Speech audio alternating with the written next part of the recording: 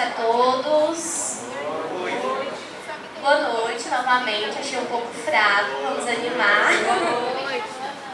É com imensa alegria que damos boas-vindas ao primeiro podcast do Estação Família, um projeto construído com muito carinho e dedicação por alunos do curso de Direito da Faculdade Estácio. Hoje celebramos não apenas uma realização de um evento, mas a concretização de uma ideia que nasceu do desejo de fazer o direito chegar mais longe.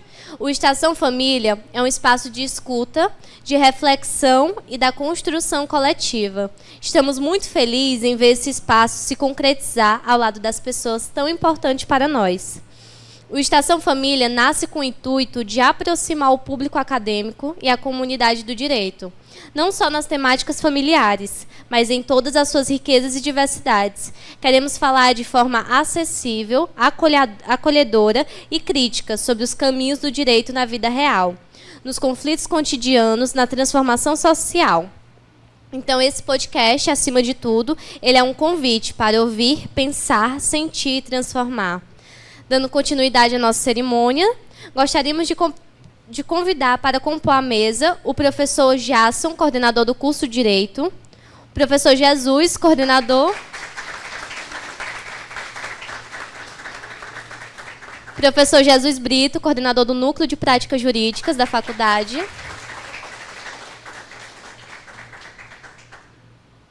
a presença de cada um representa o apoio essencial da instituição para que esse projeto se tornasse realidade. Convidamos com muito apreço.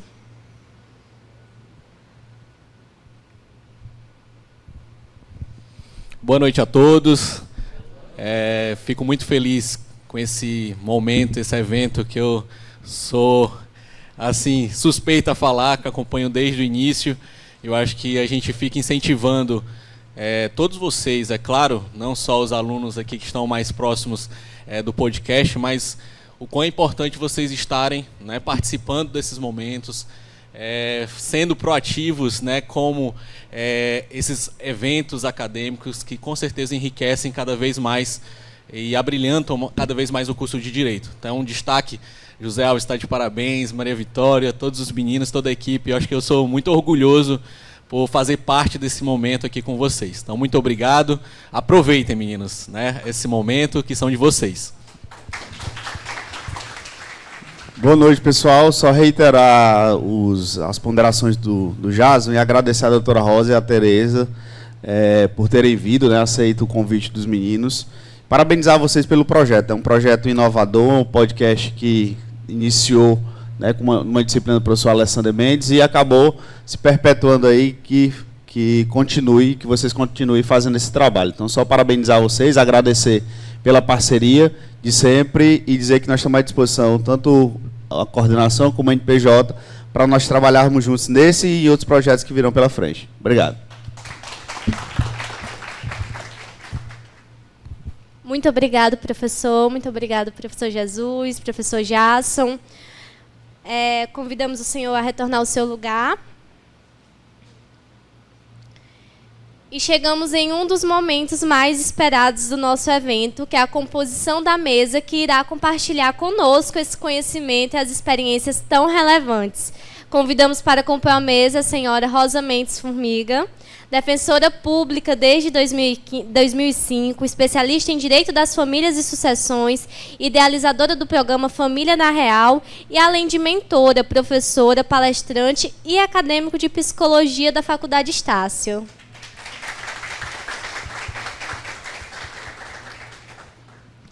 Convidamos também a doutora Tereza Galvão, especialista em Direito de Família e Sucessões, Direitos Humanos, Ciências Criminais, Direito Público e Direito Privado, além de mestrando em Direito da UFP.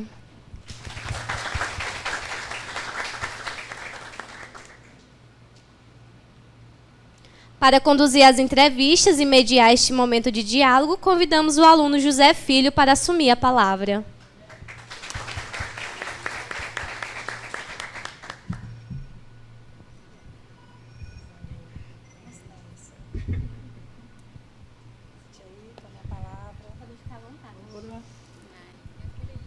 Boa noite, pessoal. É com muito Muita gratidão que a gente está dando início esse primeiro podcast ao vivo. É bem inovador. Estou grato com a presença da doutora Rosa Formiga, que foi o nosso primeiro episódio. A minha amiga, a doutora Tereza Galvão. Vamos sentar?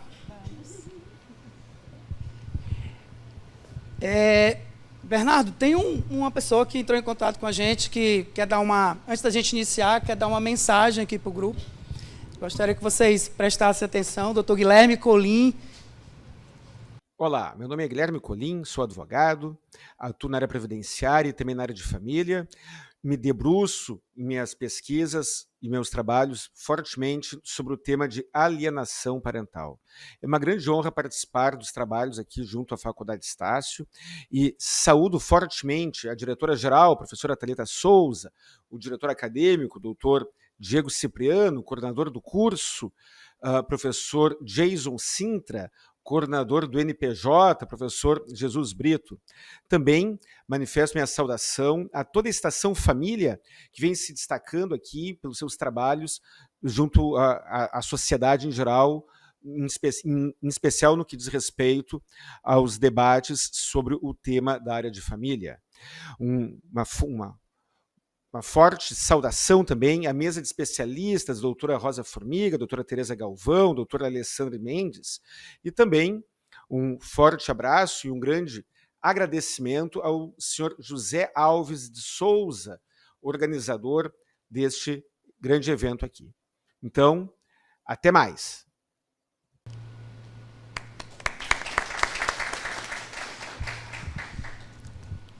A gente tem atingido outros estados, graças a Deus. O doutor Guilherme Colim, desde o princípio, tem nos acompanhado, fala muito comigo, assim como a doutora Rosa, a doutora Tereza Galvão, a gente é vizinho, né?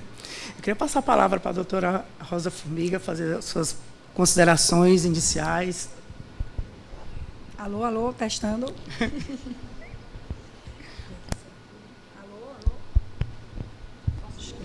Deixa eu passar aqui o meu. Por favor. Ainda bem que ele é bom. Boa noite, meus queridos estudantes de Direito da Estácio. É uma honra, uma alegria estarmos aqui. Afinal, como eu disse para o José, sexta-feira, 7h30 da noite, eu disse, olha, não vai ter ninguém, só vai ter nós 4 lá no auditório.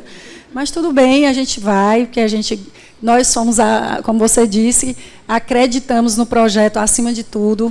Eu tive a honra de ser a primeira convidada desse podcast e os meninos deram continuidade a esse trabalho de forma brilhante.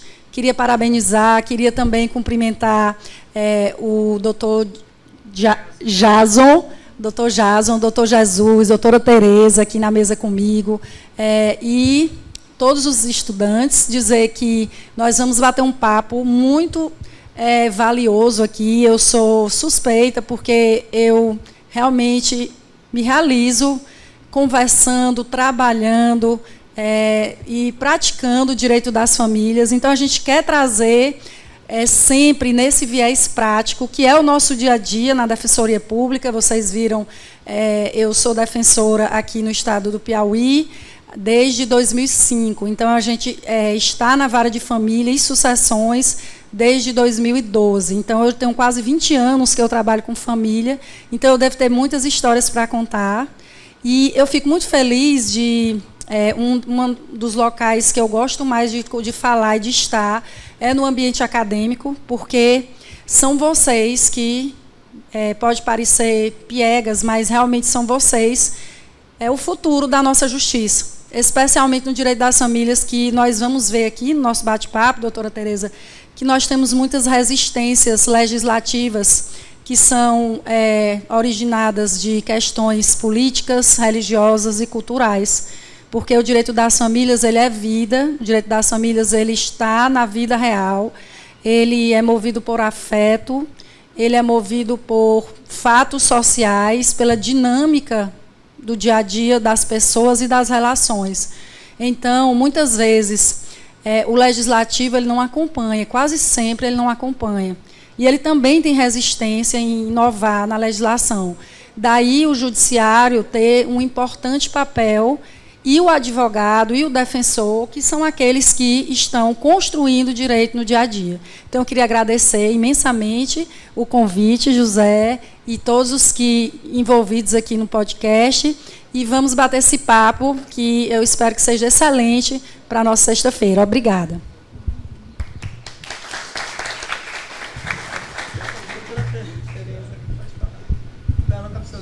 Eu acho que isso aqui só vai funcionar na hora de fazer, né, o podcast. Olá! Queria agradecer também pelo convite. Tem 2 aqui. Pronto. Acho que agora está melhor. Queria agradecer aqui pelo convite, né, os professores Jason e Jesus, né, são meus colegas de sala de aula, a gente estuda mestrado juntos lá na UFP, então, assim, para mim é uma grande honra estar aqui, principalmente ao lado desse nome aqui no direito de família, né? É, sim, uma referência, com certeza. E a convite do meu colega aqui, vizinho de sala lá, o escritório dele, aí tem o meu, no mesmo local. É uma feliz coincidência. Então, realmente, eu reitero todas as palavras aqui da doutora Rosa, né? Quem milita na advocacia vai entender como que é o dia a dia nos fóruns, nos gabinetes, para poder se chegar à concretização do que a gente já tem de lei, né? Imagine para conseguir que as leis acompanhem aí as novidades, as mutações das novas famílias, novas estruturas, novos direitos, né? Então, realmente não é fácil, é uma luta diária, mas é recompensadora, né? Lidar com famílias, com relações familiares, sempre tem essa recompensa, é gratificante.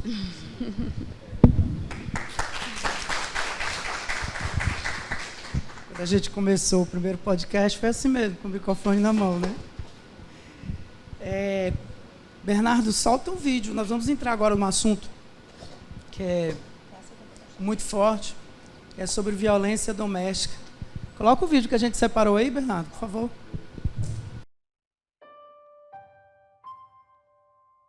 Hoje eu recebi flores. Não era o meu aniversário ou algum dia especial. Na noite passada ele me bateu pela primeira vez. Mas eu sei que ele se arrependeu e que não queria fazer isso. Porque hoje ele me mandou flores. Hoje eu recebi flores. Não era nosso aniversário de casamento ou algum dia especial. Na noite passada ele me jogou na parede e começou a me sufocar. Tudo parecia um pesadelo. Eu não podia entender o que estava acontecendo. Mas eu sei que ele deve estar arrependido. Porque hoje ele me mandou flores. Hoje eu recebi flores. Não era o dia das mães ou algum dia especial. Na noite passada ele me bateu de novo. E foi muito pior que todas as outras vezes. Eu não sei o que farei se o deixar. Mas eu sei que ele deve estar arrependido. Porque hoje ele me mandou flores. Hoje eu recebi flores. Hoje foi um dia muito especial. Foi o dia do meu funeral. Na noite passada ele finalmente me matou. Ele me bateu até eu morrer. Se eu tivesse tido coragem suficiente e força para deixá-lo, hoje eu não teria recebido flores. É um vídeo muito forte. A gente vai adentrar num assunto que parece uma coisa antiga, mas infelizmente é algo muito real. E mesmo com todo o aparato tecnológico, a informação, é algo tão comum, é triste de se relatar. Eu vou iniciar com a doutora Tereza sobre o tema, e eu vou te fazer a primeira pergunta, doutora. Sobre violência doméstica, quais são as medidas protetivas de urgência que podem ser concedidas em caso de violência doméstica no âmbito familiar? É o outro. Pronto, né? Esse vídeo é forte, né? Mas ele é real, assim, ele demonstra, né, uma realidade da nossa sociedade. E a Lei Maria da Penha está aí justamente para tentar enfrentar esse tipo de violência, violência doméstica e familiar. Na Lei Maria da Penha é previsto que não só a violência física, mas a violência física, a violência sexual, violência patrimonial, violência psicológica e a violência moral. Todos esses tipos de violência devem ser combatidas. Nenhuma mulher deve estar em nenhum tipo de situação desses tipos de violência, né? E, para isso, tem a previsão das medidas protetivas de urgência. As medidas, elas são de afastamento do lar ou do local de trabalho, medida além do afastamento, tem a medida de proibição de contato. Proibição de contato através de qualquer meio. Muitas mulheres não sabem, não se ligam nessa medida, que é muito importante, porque não é só o afastamento do lar, é a proibição do contato também, através de qualquer meio, inclusive por terceira pessoa. Manda a vizinha ir lá dar recado e continua ameaçando, e continua tendo aquela situação se perpetuando, né? Falar da pessoa, denegrir a imagem, falar para terceiros... Isso, contar fatos de foro íntimo, também se configura violência? Sim, violência de cunho moral, também psicológica. Tudo isso deve ser enfrentado, né? A pessoa também... existe outros tipos de medida, como suspensão do porte de arma, quando se trata de algum policial, alguma pessoa que tenha arma, tem que ter toda essa cautela. E realmente, hoje em dia é muito fácil e rápido de se conseguir uma medida protetiva de urgência, né?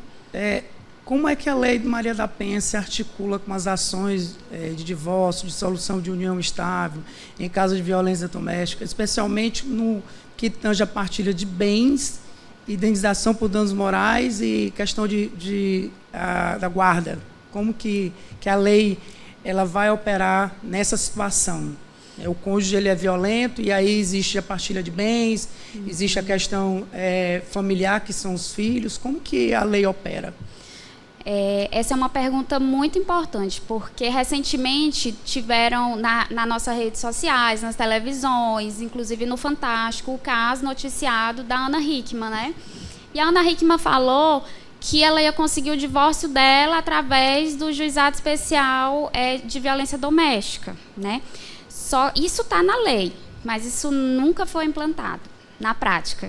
Nem aqui e nem lá. Nem lá ela não conseguiu, né? Lá no Tribunal de São Paulo, se eu não me engano. E ela disse que ia conseguir porque era mais rápido, mas, na verdade, ela estava falando de algo que ela não entendia, não tinha expertise, né? E aí aqui a gente vê que existe, né, esses fatos notórios e as pessoas... que são leigas no assunto, acabam acreditando. Mas, nesse caso, aqui, né, onde a gente trabalha, a gente sabe que existe, sim, 2 juizados de violência doméstica, que atuam somente nessas áreas, né? Porém, para se conseguir o divórcio, tem que se entrar com uma ação autônoma de divórcio ou de solução de união estável, com a regulamentação da guarda dos filhos, pensão alimentícia para ex-cônjuge e para os filhos, né? Em algumas situações, a ex-cônjuge não terá direito, mas a gente tenta, né, analisa o caso concreto, e também a regulamentação da convivência e da partilha de bens.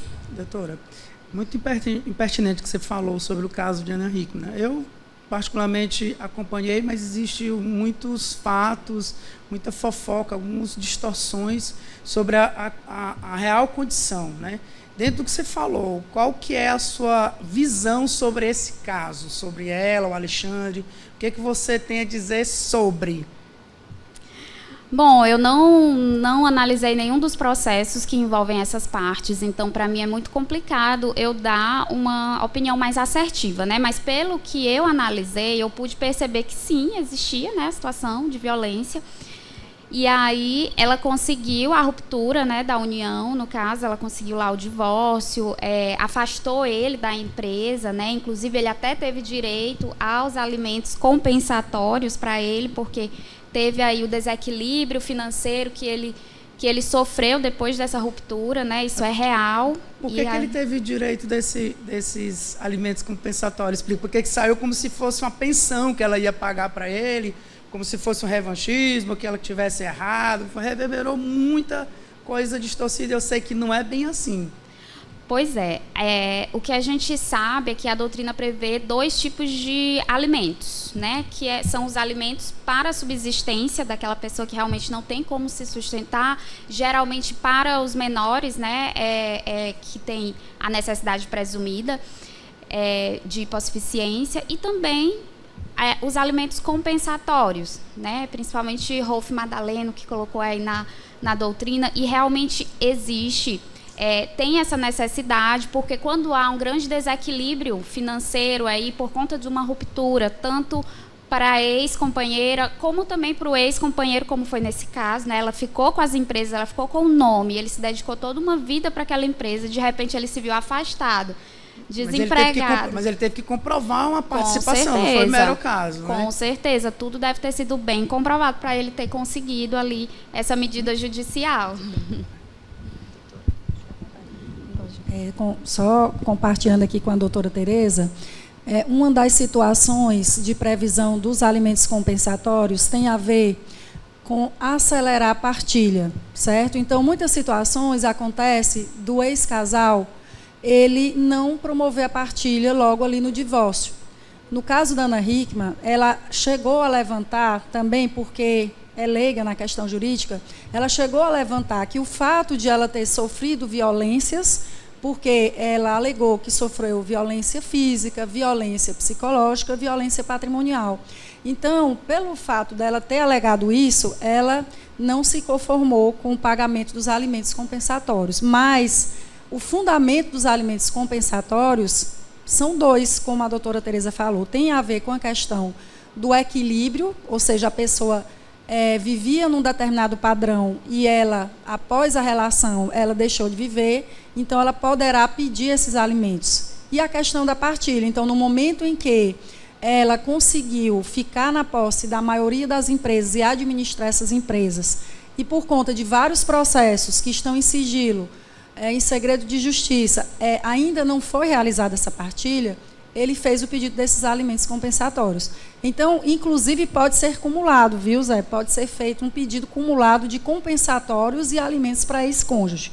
Então, as pessoas, elas confundiram, né, no caso, nas redes sociais, enfim, na sociedade, esses alimentos que a doutora falou para ex-cônjuge com os alimentos compensatórios. Exatamente. E aí, no caso da partilha de bens, né, é feita nas varas de família e não no juizado de violência doméstica. Deixa eu até violência, às vezes, fixar uma pensão, não é isso? Consegue se fixar, até na própria medida protetiva, já consegue se fixar ali a guarda, uns alimentos provisórios, né, mas a questão do divórcio, da partilha de bens, ainda não. Desculpa, o cônjuge, por exemplo, que ele entra na configuração de uma lei Maria da Penha, né, que é comprovado que ele cometeu violência doméstica, na partilha de bens, ele vai ter direito de alguma coisa? Como que fica a situação? A gente falou um pouco do Alexandre e da Ana Hickman, mas eu estou voltando à pergunta de uma forma mais direta. Sim, tem direito à partilha de bens. Uma coisa é a partilha dos bens adquiridos durante a união, né, dependendo lá do regime de comunhão de bens, do regime que eles escolheram ali no casamento, se teve algum pacto pré-nupcial ou pós-nupcial, né, tem que ver como que ficou ajustado ali aquele planejamento matrimonial, como também tem que se saber que é uma coisa diferente, né, seria outra questão, a questão da indenização pelos danos morais sofridos, né, por qualquer vítima de violência doméstica, né, que já foi pacificado isso no STJ. Então, toda vítima de violência doméstica tem direito à indenização pelos danos morais. E reipsa, comprovado, sem ter necessidade de mais provas, né, por si só, ela já teria esse direito, mas teria também que comprovar a violência, uma ação mais específica com trânsito em julgado, né, não só o pedido da medida protetiva, mas que fosse para frente. E comprovado, né? Exato. Pegando como você falou sobre... vou entrar num assunto sobre as novas configurações familiares e conflitos, a doutora Rosa. Quais são as principais mudanças nas configurações familiares contemporâneas Como o direito de família tem se adaptado para reconhecer e proteger as novas formas de família? Bem, a gente está aqui num podcast ao vivo, então vamos interagir com os meninos. Eu queria saber de vocês quais são as famílias que vocês conhecem. Quero que vocês me digam aí aleatoriamente. Tipos de família, além da família Margarina, que vocês conhecem. Papai, mamãe e filho. Me digam aí. Certo. Famílias homoafetivas, que mais? Multiespécie. Pets, né? Que é a multiespécie. Mais alguma? Pois é. Pois tem muitas, viu? É importante dizer que nós temos aí uma retrospectiva histórica em relação às configurações familiares. Nós temos a família, que é aquela família tradicional, aquela família patriarcal, aquela família hierarquizada, lá da época da Igreja do Estado, antes da Constituição de 88, em que o homem era o provedor, o homem era hierarquicamente superior, era aquele que mandava, era aquele que estava acima de todos na família. E aí nós tivemos um momento, isso fazendo assim um contexto bem resumido, pensando no aspecto antes da Constituição e depois da Constituição. Então, na Constituição, nós tivemos o reconhecimento de algumas famílias, como a união estável, como a família monoparental, que é aquela família que existe ali da mãe com o filho ou do pai com o filho, a família tradicional heteroafetiva, e existe inclusive esse nome, hetero e homoafetiva. A professora Maria Berenice, que, vamos dizer assim, encampou a luta dos homoafetivos, ela trouxe esse termo homoafetivo para meio que defender, como alguns doutrinadores defendem, a existência do princípio da afetividade. Eu me filio à doutrina e à corrente de que ele não é um princípio, mas ele é um norte, hoje, valor, né? Das relações familiares, né? Então, nós sabemos que hoje existem novas configurações familiares, arranjos familiares, e existe um princípio que é o princípio da intervenção mínima do Estado. Hoje, para que você seja família, você tem que pensar em afeto, em querer bem, em querer estar com aquela pessoa, em solidariedade. E aí eu trago o conceito da Lei Maria da Penha. A Lei Maria da Penha, a doutora Tereza pode dizer, nós temos um conceito lá de família, que na Constituição não tem. Então, nós temos uma interpretação hoje bastante ampla do termo família. Mas, como eu dizia no início do nosso bate-papo, nem todas essas famílias elas são expressamente previstas na Constituição e nem têm todos os seus direitos reconhecidos. Daí a importância de nós estudantes, nós somos todos os dias, mas nós estarmos conscientes de que quem atua no direito de família tem que ter essa mentalidade aberta, no sentido de que respeito. Então, não é porque eu não me adequo a determinada família homoafetiva, LGBTQIA+, e outras que nós conhecemos, que vão surgindo ao longo do tempo, que a gente não vai reconhecer os direitos que envolvem aquelas famílias. Então, desde 2011, o STF teve a ADI 4277, que ele reconheceu o direito dos casais homoafetivos terem reconhecido sua união estável. Porém, os cartórios se recusavam a fazer casamentos desses casais. Muitos deles viviam em união estável, queriam reconhecer e sem ter o direito. Sem poder. Então, nós tivemos aí uma resolução do CNJ que veio dizer, olha, está proibido o cartório de não realizar o casamento de pessoas homoafetivas. Então, nós temos diversos arranjos familiares, famílias paralelas. Doutora, é possível o reconhecimento dessas famílias? Quais seriam essas famílias paralelas? Famílias paralelas são pessoas que vivem relações simultâneas. Então, na Constituição, no Código Civil, não é possível. chama-se concubina, Sim. né? Aquela pessoa que é casada e ela tem uma relação, ela mantém uma relação relação extraconjugal. paralela, entendeu? Sim. Só que existem alguns direitos que naquela relação eles podem existir, dependendo da situação. Uma pessoa que, por exemplo, age de boa fé. Eu fiz só fazer uma adendo. Eu Tranquilo, lembrei aqui fique uma à situação vontade. acho que foi uma adoção, né? Doutor, na hora que você quiser, pega aqui, viu? Da criança, onde quiseram reconhecer um trisal, não foi? Foi ano passado, não foi? Sim. Que a criança teve na certidão 2 mães, né? Uma afetiva e a outra genitora.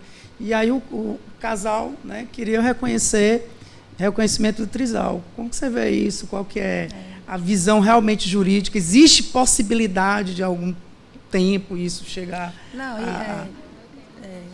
pois fale, doutor. Continue aí, que a gente bate esse papo por mais minutos. No caso do trisal é diferente do direito da concubina, né? Porque a concubina, essa família paralela, ela não tem um consentimento da esposa. E no caso do trisal, não.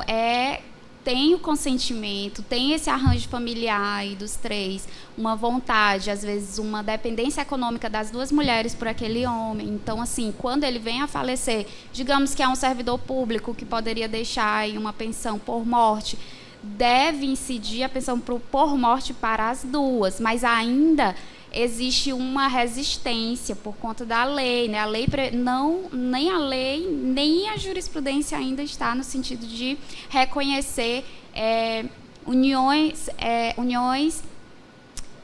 estáveis simultâneas. Ainda não tem um entendimento nesse sentido. Então teria que ser quando tem um consentimento, tem um consentimento é diferente da concubina. Entendi. Que tem a concubina ela não seria meio que sem saber, né? Então é a questão da traição, né? Na questão da concubina existe também o dever da fidelidade, que ainda está previsto no Código Civil, né? Os deveres do casamento, e além da questão da monogamia, né? Mas no caso do trisal, o dever de fidelidade se estende para as 2 ali. Ele não pode trair as 2. É um acordo entre eles. Então quer dizer que se existir, além das 2, mais uma, e a outra não vai ter direito, não. Entendi. Doutora, só indo no tema sobre configuração familiar, de que forma o reconhecimento jurídico das famílias homoafetivas e das uniões estáveis impacta a proteção dos direitos dos envolvidos, especialmente em caso da dissolução e guarda de filhos? Pois é, então impacta tudo, né? Então nós fizemos essa introdução justamente para dizer que somente vão ter direitos os ex-cônjuges no momento da dissolução da união estável ou no momento do divórcio, se aquela união ela for reconhecida pelo Código Civil, pela Constituição Federal. Então, essas pessoas que têm esse reconhecimento jurídico, porque, como eu falava, temos algumas famílias, inclusive o professor Conrado, ele faz essa distinção, ele coloca famílias expressamente previstas na Constituição e famílias não expressamente previstas, mas que existem e que têm que ter alguns direitos reconhecidos, como a família multiespécie, né, que muitas vezes pessoas vivem e optam em não ter filhos e ter um pet, e aí fala-se no momento do divórcio, quando existe uma família realmente entre marido, mulher e pet, a questão da guarda daquele pet, que na verdade o termo correto é custódia, né? O termo correto é dividir as despesas e não pensão alimentícia, o termo correto é convivência também, então já existe essa possibilidade, né? Do bebê reborn, por hora não. Eu já ia falar. Eu já sei que você ia falar. Mas por hora só mesmo dos pets, mas a gente pode já conversar do bebê reborn. Então, essas famílias reconhecidas, e a professora Tereza trouxe a questão da concubina, da questão da má-fé. Então, a gente tem que analisar caso a caso. O direito das famílias, eu digo muito, é o direito mais casuístico que tem. Numa situação de união estável, numa situação de casamento, numa situação de casais homoafetivos, todos esses são reconhecidos pela Constituição Federal e pela jurisprudência, porque nós não temos uma lei que regulamenta os direitos das pessoas homoafetivas, mas nós temos jurisprudência e decisões do STF. Portanto, essas pessoas, no final da relação, divórcio ou dissolução de união estável, elas terão os mesmos direitos equiparados às pessoas divorciadas óbito, né? em relação ao casamento. Ou seja, pensão alimentícia de ex-cônjuge, dependendo da situação, partilha de bens, que vai depender do regime de bens escolhido. Então, a partilha de bens, ela nada tem a ver com o motivo que acabou a relação. Sim. José perguntava para a doutora Tereza, sim, e se acontecer isso, de violência, vai ter direito à partilha?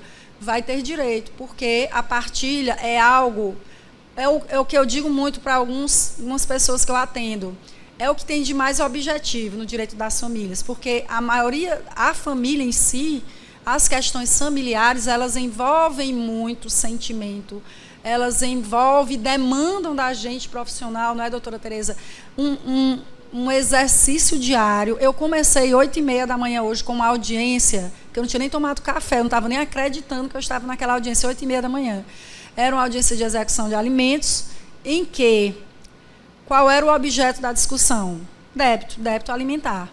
Porém, chegou um momento que a mãe, ela passou 40 minutos falando, ninguém falava mais na sala virtual, nem eu, nem a juíza, nem os defensores, nem o outro defensor, e nem o pai. Porque ela foi ali, como se diz, popularmente falando, vulgarmente, lavar roupa suja. Uhum. Então, ela falava que ela não aceitaria parcelas do débito de R$100, porque a vida toda, doutora Tereza, ela teve que se virar. Aí ela foi contar desde o dia que a filha adoeceu, se internou, que ela levou sozinha para o hospital, que ela teve que se virar para conseguir pagar o plano de saúde. Então, ninguém conseguia falar, a gente ficou paralisado, porque, de fato, aquela mãe passou 5 anos com o pai atrasando a pensão, certo? E com privações, e o filho também. Então, para a gente ver o quanto que o direito das famílias ele exige de um perfil do profissional. Então, a gente tem que ter perfil realmente para trabalhar com o direito das famílias, um perfil humano, um perfil de escuta ativa, de escutar sem julgamentos, de paciência, de empatia. Por quê? Porque a juíza ela poderia, naquele momento, ela ter dito, olha, mãezinha, nós entendemos a sua dor, mas o processo aqui é sobre execução, nós vamos discutir o débito alimentar, ponto final. A juíza podia ter dito isso. Isso é objetiva. Mas não, ela ouviu, ela escutou. Né? Então, o direito das famílias ele é permeado de muitas questões afetivas, sentimentais. Psicológicas. Então, sendo bem objetiva, a pergunta, o reconhecimento da família ele vai interferir totalmente nos direitos e deveres daqueles ex-parceiros envolvidos. Inclusive, o termo direito das famílias, ele já é uma evolução que nós temos no âmbito familiar, no âmbito desse ramo do direito. Porque, justamente por conta da evolução cultural, social, política, tecnológica, nós temos essa ampliação da família, que vai muito além dessa família patriarcal voltada para o quê? Para a propriedade, para o patrimônio, para a sucessão. Hoje nós temos uma família que busca a felicidade. Então, as pessoas que estão envolvidas naquele núcleo familiar, que não é mais só papai, mamãe, filhinho, eles buscam a felicidade. Por isso é que nós temos que ter esse respeito. Por quê? Porque eu sou feliz de um jeito, Tereza é de outro, José é de outro. Não obrigatoriamente a minha família é absolutamente correta. E nós temos, como estudantes permanentes do direito das famílias, de entender isso e de propagar isso. Quanto aos filhos, nada vai mudar. A Constituição 88 trouxe o princípio da igualdade de filiação.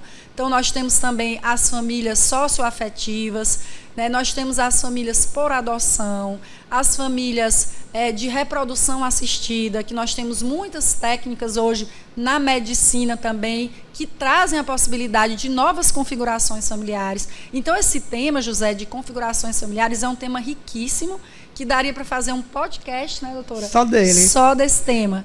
Em relação aos filhos, são todos iguais perante a Constituição e, ao final da relação, vão ter direitos iguais, independentemente da origem, seja filiação socioafetiva, adoção, seja o filho realmente biológico. Então, existe essa tendência no direito das famílias da desbiologização, que é uma tendência antiga, que é exatamente, inclusive, por vezes, em decisões do Supremo, uma predominância da filiação socioafetiva frente à biológica.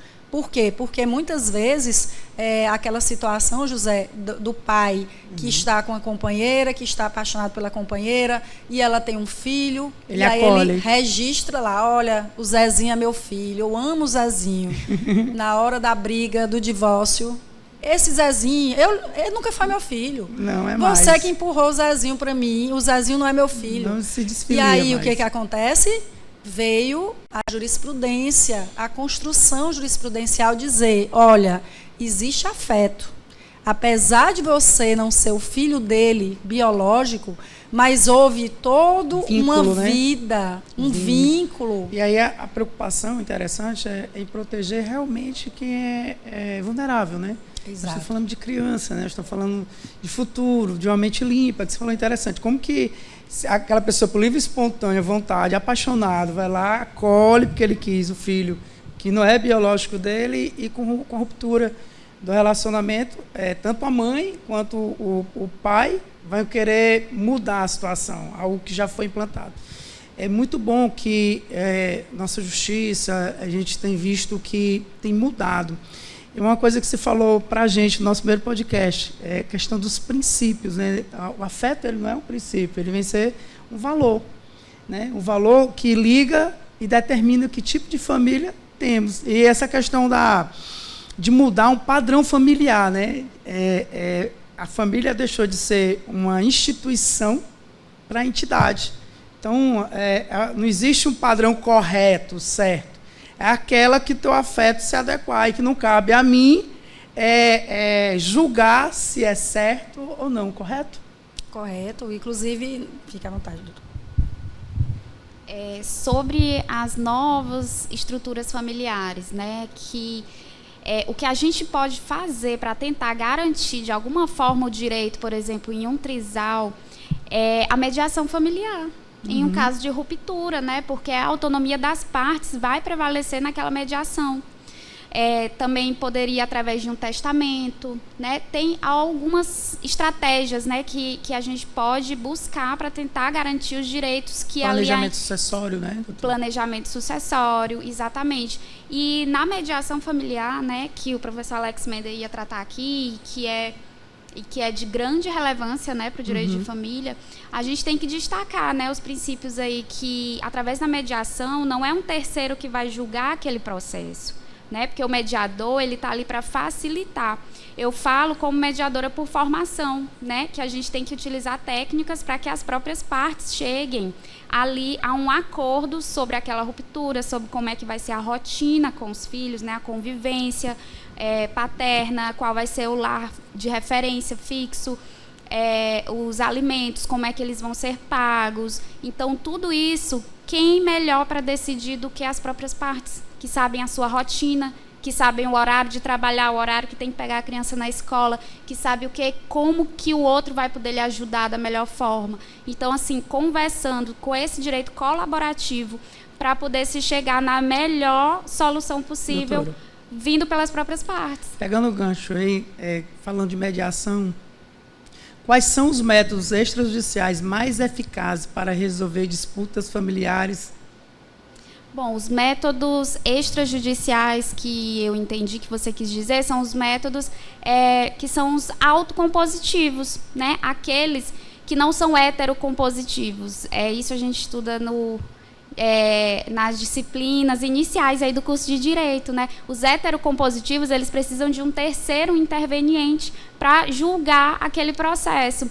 Já os autocompositivos, as próprias partes que vão fazer ali aquela própria sentença, né, por conta da autonomia das partes, da celeridade, informalidade, oralidade. Então, tem uma série de princípios aí que vai nortear e geralmente eles são quais? Os principais? É a conciliação, a mediação e a arbitragem.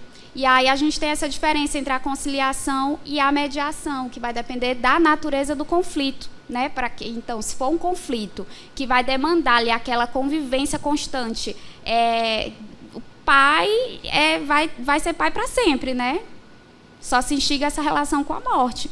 Então, não tem como uma mãe querer nunca mais falar com esse pai, porque ele vai ser o pai do filho dela para sempre. Então, tem que ter minimamente um vínculo, né, para o melhor da criança. Porque, assim, quando se fala de família de criança, a gente vê que é o superior interesse da criança que está em jogo. Não é o interesse da mãe, da mulher, não é do pai. É da criança. Sempre a gente foca na criança. Então, assim, advogado de mulheres, eu advogo em função das crianças.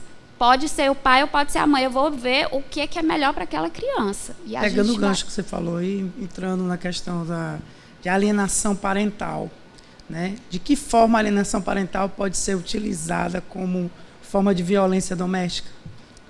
Pronto. É muito polêmico esse tema de LAP, né, da Lei de Alienação Parental, porque é uma lei que tem vários projetos tentando revogar essa lei, né? Porque assim, ela já foi utilizada como ferramenta contra mulheres. Porque a principal disposição nessa lei era quando se faz falsas acusações contra o genitor, né? E às vezes aquelas acusações não são falsas. E mesmo assim, uma mãe que tentou denunciar algo que realmente aconteceu, um abuso que realmente aconteceu, que o meio de prova é muito difícil, que às vezes só a criança fala, depois a criança já não fala mais porque tem algum bloqueio, mas aquela mãe sente, mãe tem feeling, sente, né? E às vezes não consegue provar, vai nas autoridades buscar ajuda e o que acontece? Acaba perdendo a guarda e aquela criança vai para quem? Para o abusador. Então, muitas vezes já foi utilizada e vem sendo utilizada ainda, né, doutora Rosa?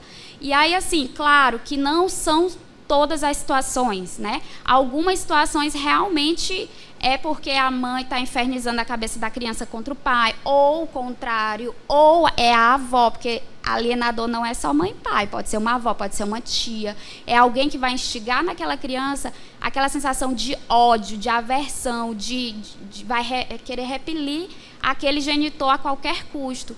Mas, às vezes, essa sensação daquela criança, daquele adolescente, foi formado por ela própria, por a falta de vínculo, porque o genitor passou de meses sem ver, perdeu várias fases, a criança mandava mensagem, o genitor não respondia. Então, às vezes, isso também é causado pelo próprio genitor. Aí, quando o genitor vem, hoje é o dia, hoje eu posso lhe visitar, depois de anos, a criança não vai querer ir.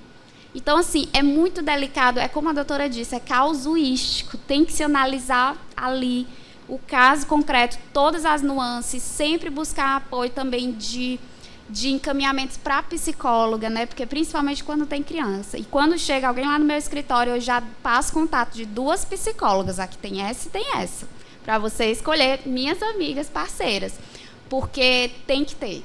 Família, os lencinhos lá do meu escritório acabam muito rápido, porque as pessoas já chegam para falar as histórias e já é daquele jeito. Então, nós, como profissionais, operadores do direito, a gente também tem que se preparar para tudo isso e também para não misturar, né? Não querer tomar para a gente as dores da cliente ou do cliente, né? Porque, como eu já disse, né? Família é proteger as crianças, tentar obter a justiça. Não só de mulheres, não só de homens. Sobre a lei de alienação parental, eu sou absolutamente contra a revogação da lei. A lei é excelente. Apenas a aplicabilidade da lei, a experiência, a vivência dessa lei, muitas vezes é feita de forma equivocada, porque são pessoas... Eu cito a lei de violência doméstica. Quantas mulheres... elas usam a lei de violência doméstica para imputar uma violência que elas não sofreram. É a lei que é ruim, eu tenho que revogar a Lei Maria da Penha?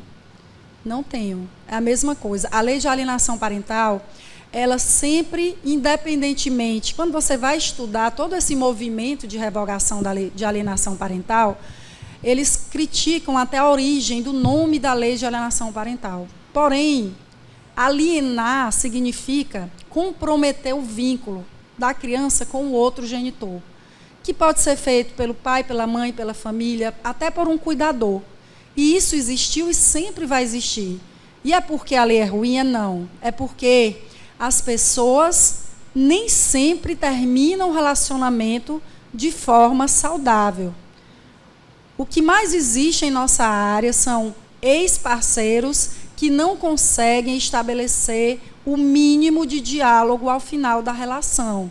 E eles transferem toda a frustração do final do relacionamento, a mágoa pela traição, a mágoa pela ausência, a mágoa pelo afastamento, para a relação com o filho. E aí, um dos dois começa a realizar alguns atos que, pela lei, artigo 6º, são considerados alienação parental. E esse é um assunto muito sensível, doutora Tereza, porque alguns profissionais, eles são responsáveis pela banalização da lei de alienação parental. E por que eu digo isso? Porque eu vejo muitos colegas atuando na área de família que não são especialistas e tudo para eles é alienação parental. E não é. A alienação parental é algo seríssimo, que tem que ser comprovado no processo, seja através de uma ação autônoma, seja dentro da própria ação principal, como de uma ação de guarda, por exemplo.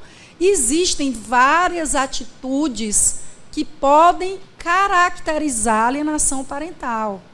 Chega um momento que a criança ela tem esse vínculo com o outro comprometido. E chega um momento também que ela até adoece, que ela tem comprometida a sua própria saúde. Por quê? Porque ela está sendo vítima de alienação parental. Então, isso que a doutora Tereza falou é totalmente real. Mas também é real o contrário.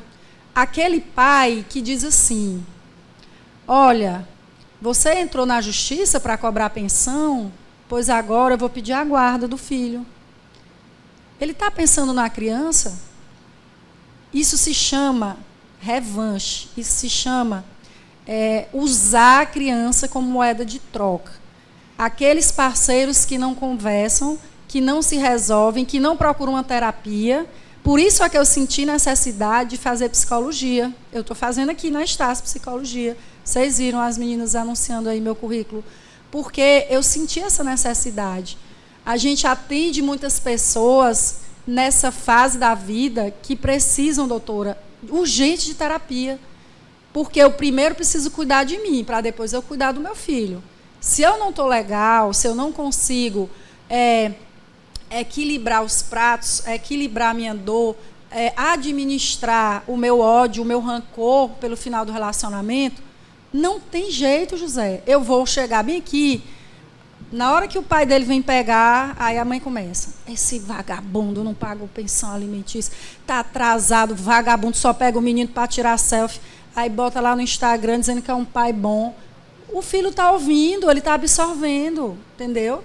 E aí começa a confusão. A lei tem culpa? Tem não. Então, gente, é isso. A gente precisa estar atento para essas relações, para essas rupturas e, principalmente, para cuidar da nossa saúde mental hoje, em todas as situações difíceis da vida, porque o negócio está preto, viu? Depois do bebê reborn aí. Deixa eu só pegar esse gancho que realmente... inclusive tem um projeto de lei para acrescentar na Lei Maria da Penha a violência vicária. A violência vicária é aquele tipo de violência que a doutora Rosa estava colocando aqui, de usar a criança para atingir a mãe. No caso, eu vou pedir a guarda, eu vou levar para tal lugar, aí vai e não leva. Deixa a criança cheia de expectativas, feliz, esperando o pai chegar, porque ia levar lá para tal lugar e vai e não leva, e não aparece, né, para a criança chorar e para a mãe ficar ali magoada, porque mãe, quando vê seu filho sofrendo, sofre dobrado, né? Então o pai vai usar a criança o máximo possível para atingir a mãe, para manipular a mãe. E esse tipo de violência é real, acontece muito, e é denominada violência vicária, e tem um projeto de lei aí para incluir ela já na Lei Maria da Penha, não é isso, doutora? É interessante isso. Eu ouvindo, eu fiz uma viagem lá na época de Salomão. E é um negócio assim, respeitando o clero de todo mundo, mas que fala a questão do que é o amor, realmente. A gente começa a falar aqui e a gente está falando de algo muito forte, porque eu tenho certeza que cada um aqui, quando a gente começou a falar sobre o família, começou a fazer um olhar introspectivo, olhar para si mesmo. As doutoras falando, eu começando a olhar para algumas situações de foro íntimo aqui.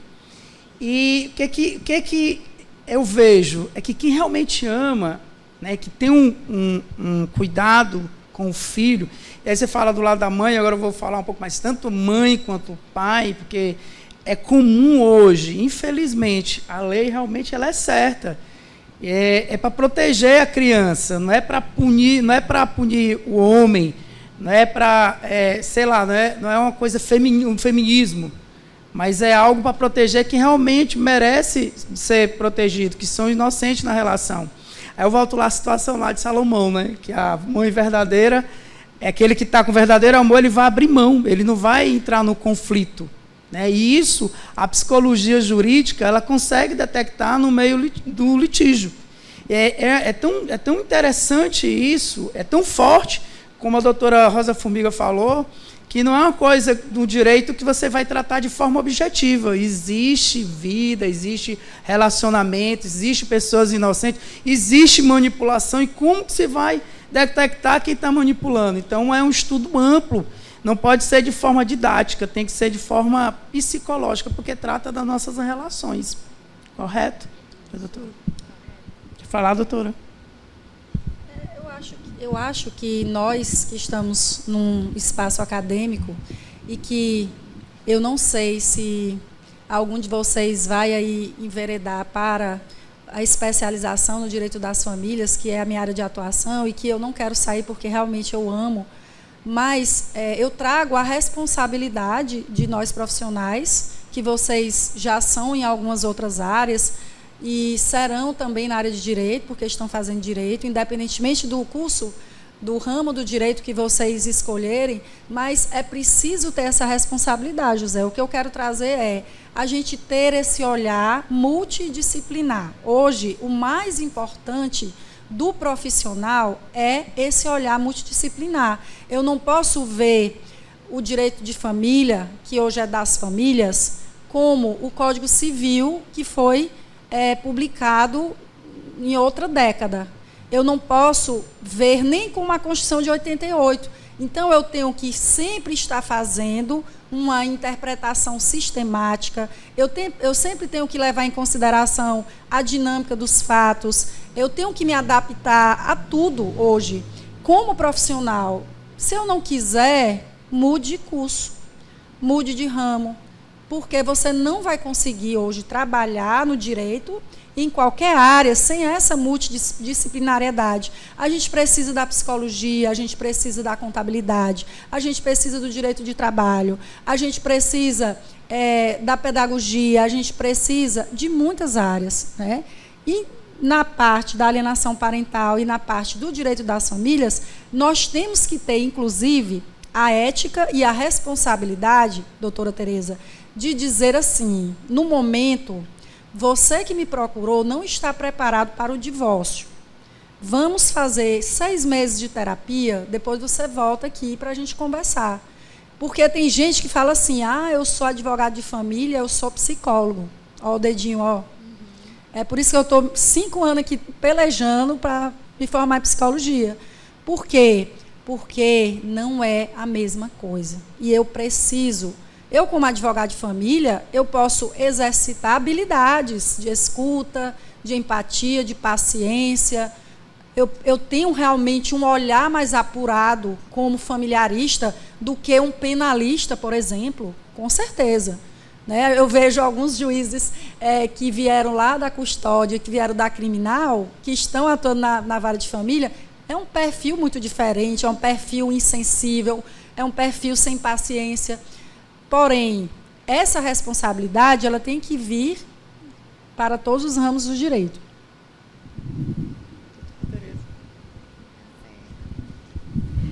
No meu caso, como eu também sou especialista em ciências criminais, eu pego muito esse gancho da Lei Maria da Penha, né? E realmente tem que ter essa multidisciplinariedade, tem que ter todo esse cuidado. Eu acho que eu não falei sobre como conseguir uma medida protetiva de urgência, né?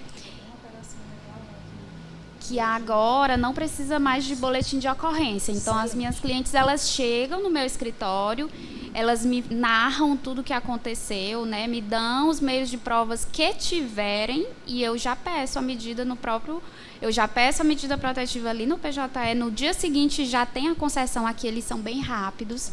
E aí é só esperar para ir para a central de mandados e aí saber quem é o oficial de justiça que vai cumprir, porque a gente tem que saber direitinho, combinar o horário para tirar o agressor do lar. Então, tem que ser todo esse cuidado, né? Eu faço isso para ir à patrulha da Maria da Penha, para tentar, né, que não aconteça nada de errado ali. Mas realmente é bem delicado. E a situação de violência doméstica, ela não espera a pessoa ir na delegacia, não. Né? Muitas vezes, até para entrar em contato comigo, fala e apaga a mensagem, com medo dele ver depois. É complicado. Vai lá no escritório porque diz que está com o celular clonado, que não consegue falar nada pelo celular. Então, assim, eu vejo situações bem complicadas, né? Mas nada comparado com o que eu via na Defensoria Pública na minha época de estágio, há 15 anos atrás. Não calculem minha idade. Lá no núcleo de violência doméstica da Defensoria, lá eram coisas bem assim, das defensoras serem ameaçadas de morte rotineiramente pelos agressores, de ter que mudar o local do abrigo, né, da casa-abrigo, porque as pessoas já estavam desconfiando onde era, assim, coisas da vítima estar no hospital e o agressor ir lá e finalizar o serviço, assim, mesmo com tornozeleira eletrônica, mesmo, assim, coisas bem difíceis, que essa parte aí realmente é bem complicada. A gente vai abrir agora um segundo momento. A doutora falou que a gente está aqui com uma plateia bonita, atenta. Então, a gente vai abrir agora um espaço para que vocês façam uma pergunta aqui, tá bom? 3 perguntas, tá? Vou passar o microfone.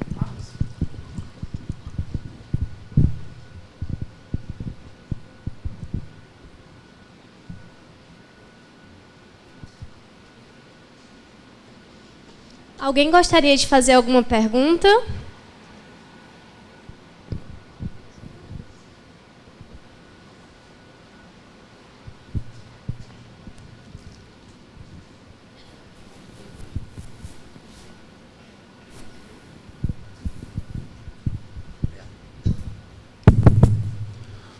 Boa noite a todos da banca.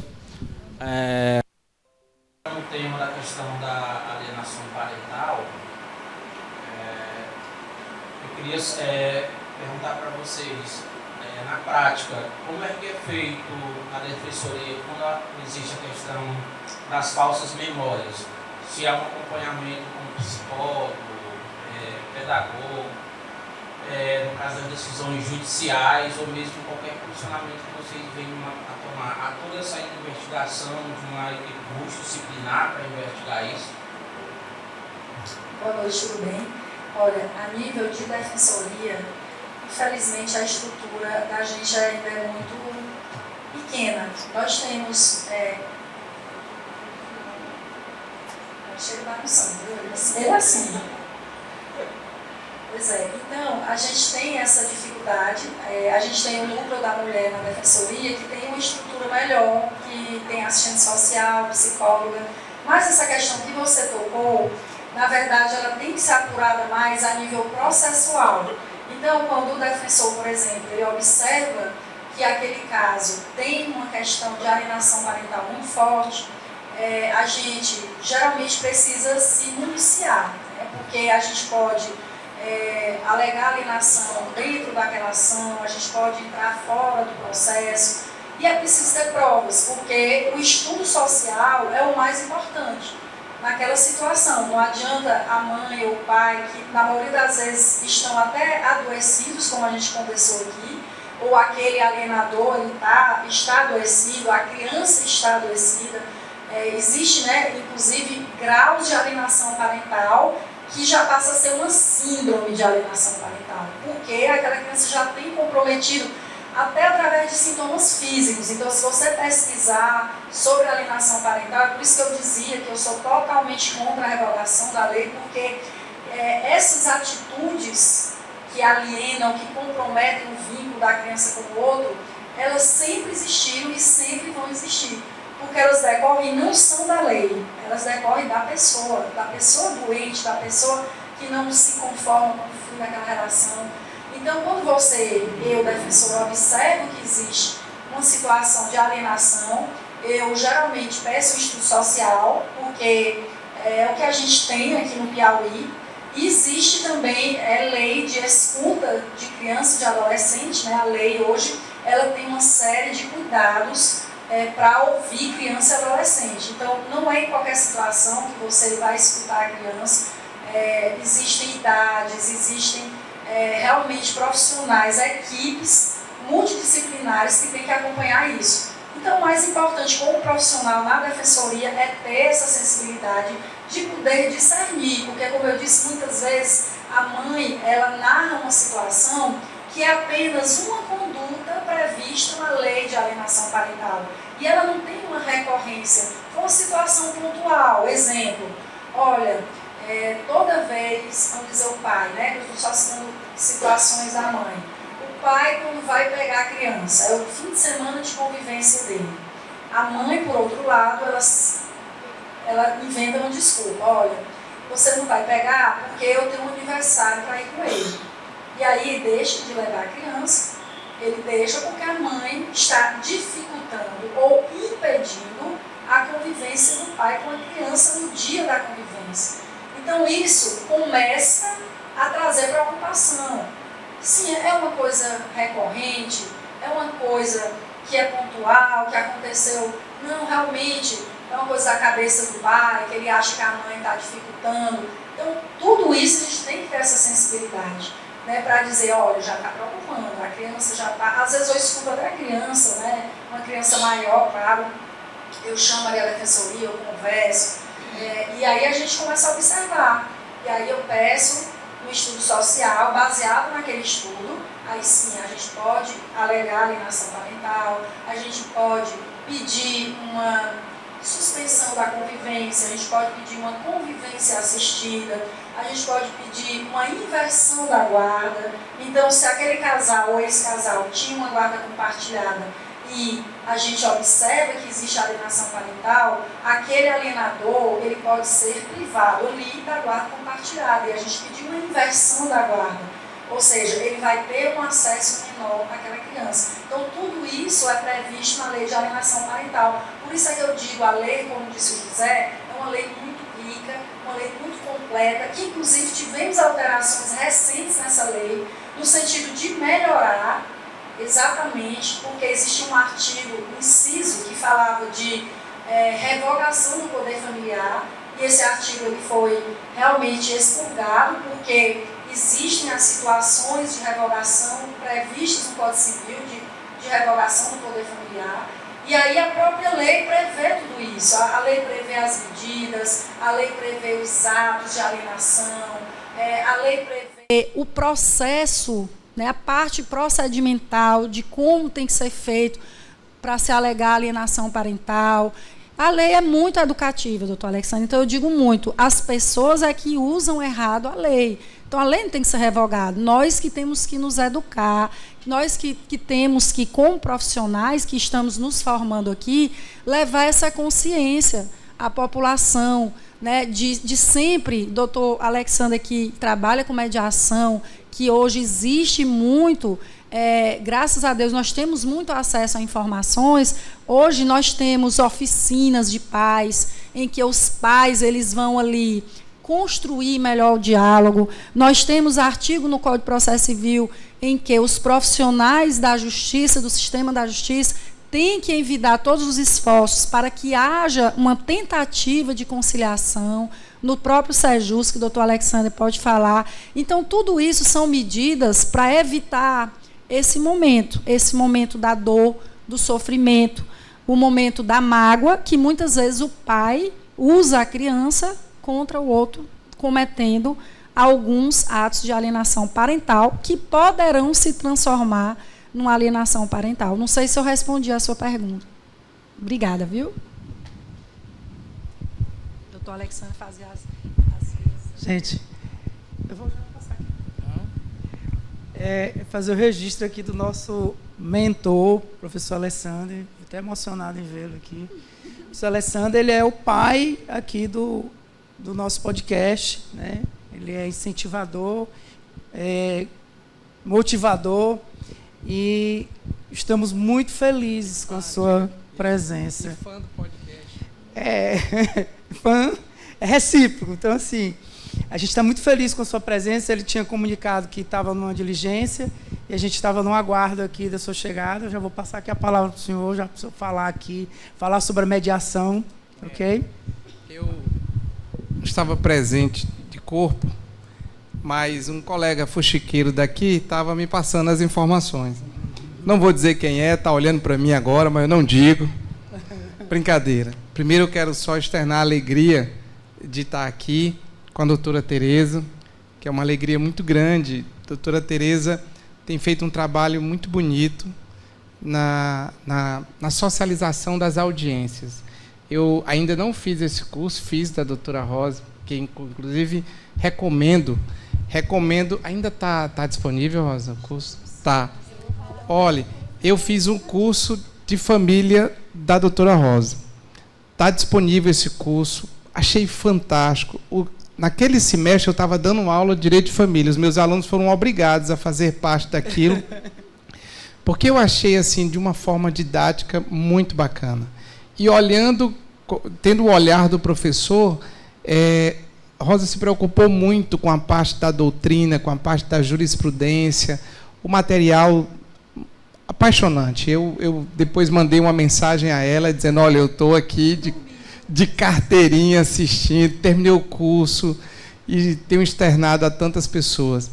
E doutora Tereza, ela tem um curso também, não é? Que é um curso de audiência, te prepara para a audiência. Tereza, como é que eu assim, porque é o meu sonho que eles fizessem esse curso, né? Porque aqui no nosso NPJ a gente fica insistindo para eles assistirem a audiência. Alguns vão, outros nem sempre. Mas assim, no final não deixe de falar desse curso, não deixe de fazer a divulgação do curso.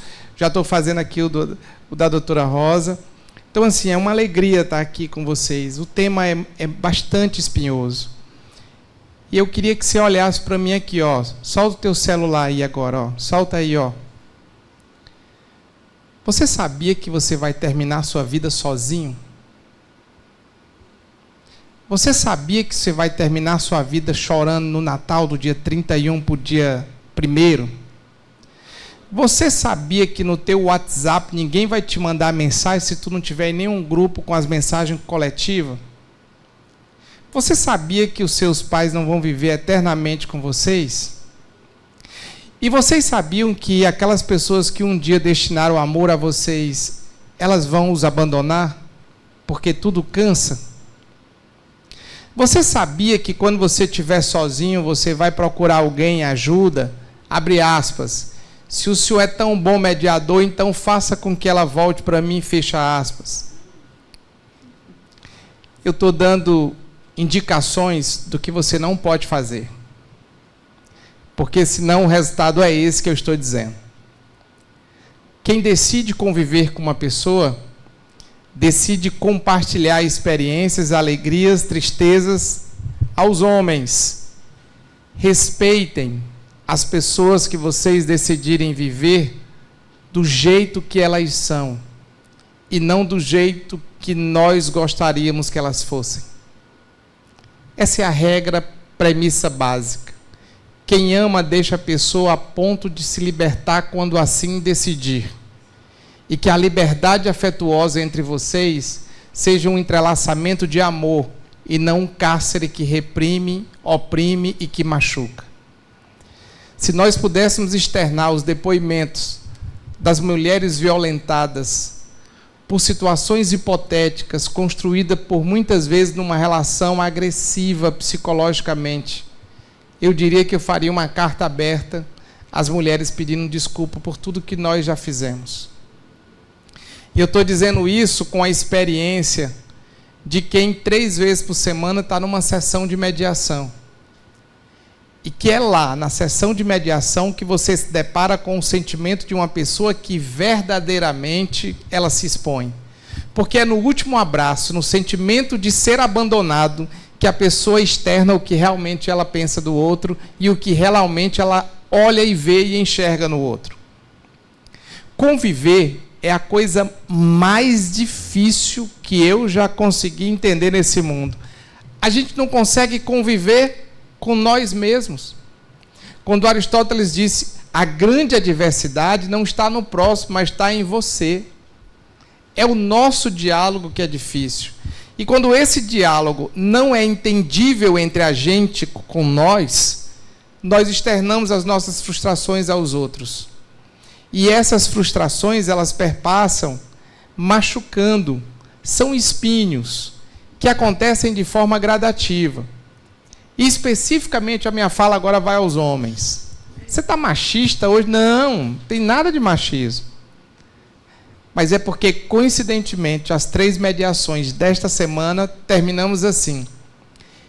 Eu não desejo mais continuar nesse relacionamento. Primeiro eu vou sair e vou me encontrar. E depois eu vou encontrar uma pessoa que realmente me ame como eu quero que me ame. E nos 3 depoimentos seguintes foram: doutor, eu amo esta pessoa incondicionalmente, mas eu não valorizei o tempo que estava convivendo com ela. Eu estou externando a vocês um equívoco tamanho de quando alguém se abre dizendo que o ama, que você torna-se uma das pessoas mais relevantes para esta pessoa, e em vez de você retribuir, você vive numa inércia eterna, sempre acreditando que o outro sempre tem que te servir. Amar é uma decisão de respeito, de fraternidade e de comunhão. No momento que esse tripé ele é rompido, surgem os atos de desrespeito. E o desrespeito, quando é entre os pares, gera dor. Mas quando é entre os pares e os filhos, gera trauma, gera transtornos. Vocês estão longe de imaginar o impacto que é um conflito verbal dentro de uma casa, em que uma das partes abre aspas, vai-te para a caixa prega, Satanás, eu quero te ver morta, fecha aspas. O que leva uma criança de 6 anos de idade, num conflito na escola, abre aspas, vai-te para a caixa prega, Satanás, eu quero te ver morto, fecha aspas. A criança espelhou exatamente o discurso produzido pelos pais num conflito familiar. E pasmem, esta criança, 2 meses depois, volta à escola com um punhal, dizendo que ia matar o colega, dizendo, agora eu tiro a vida desse Satanás. Fecha aspas. Convidado a mãe para saber por que essa criança estava com esse punhal, ela disse, isso é o que o pai dele diz todos os dias, que vai me esfaquear com um punhal que tem na minha casa, que é esse daí.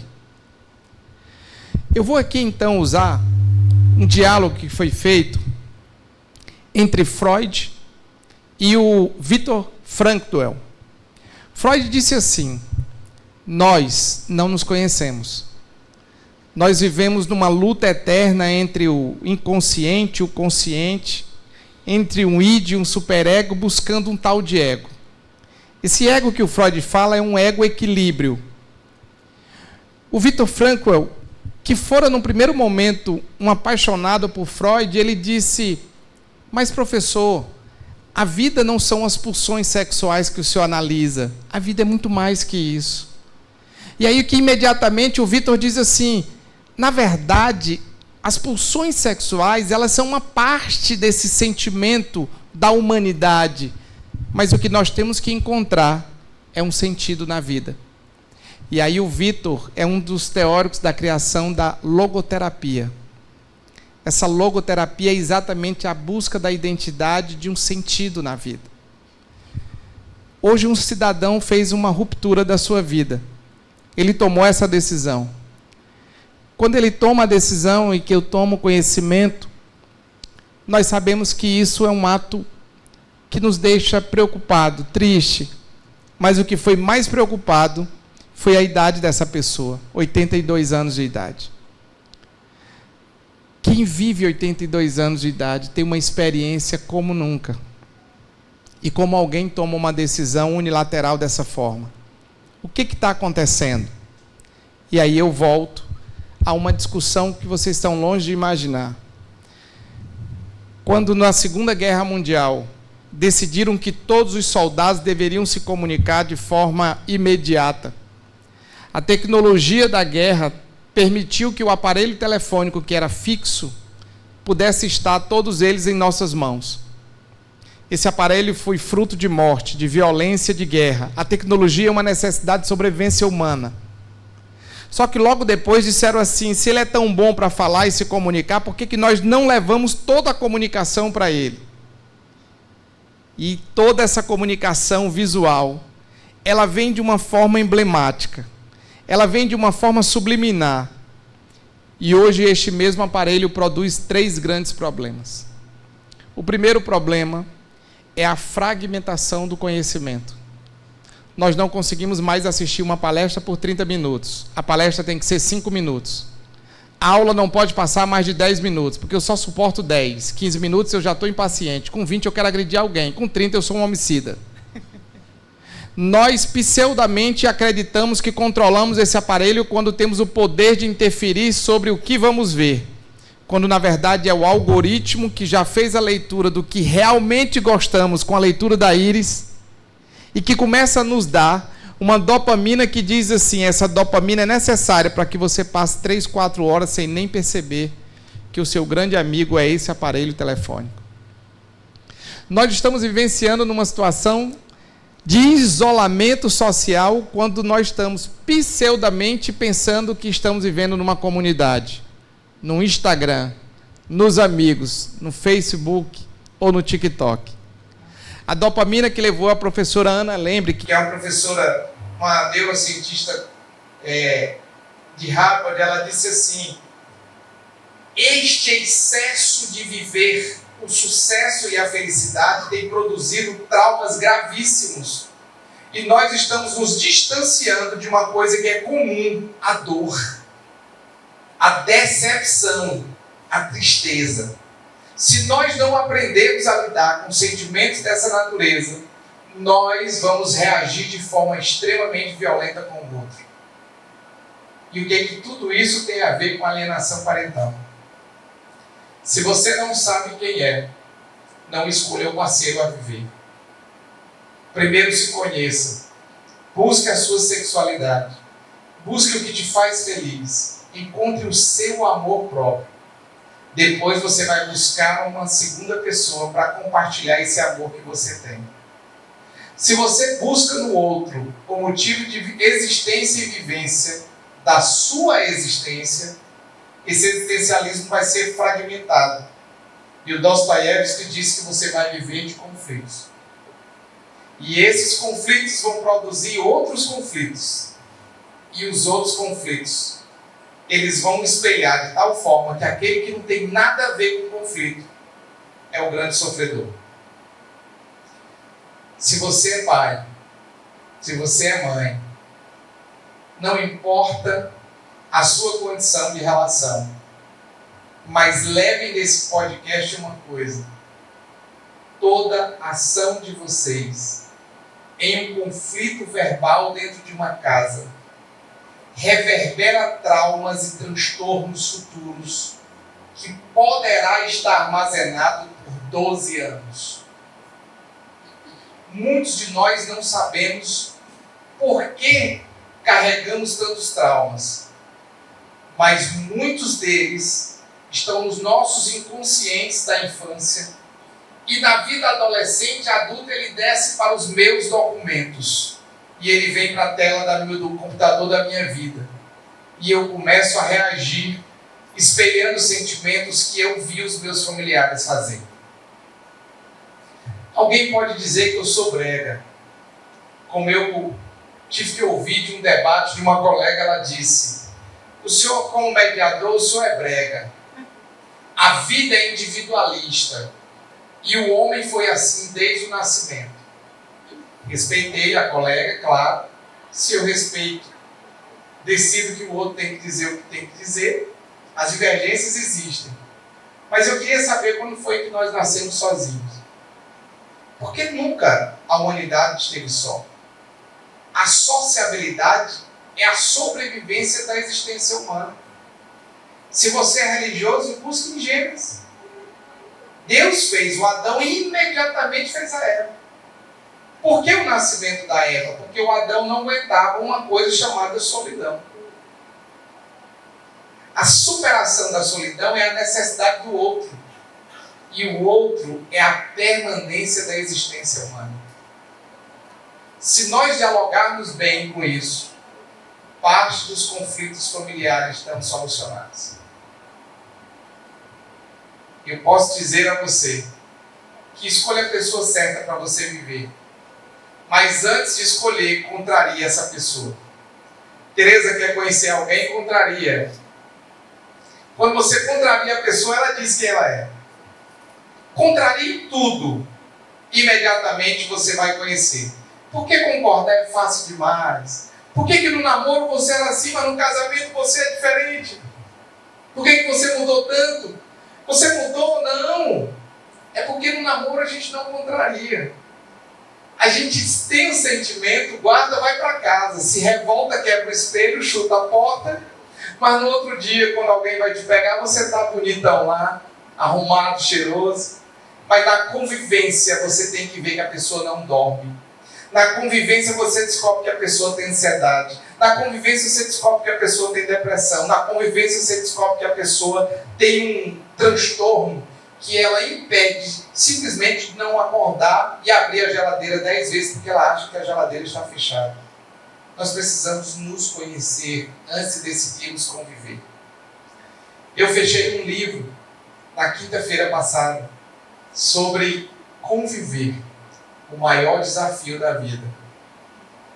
E eu fiquei impressionado porque eu botei só os casos que eu pude colocar. Os de mediação não podem, porque a mediação é regrada pelo princípio do sigilo.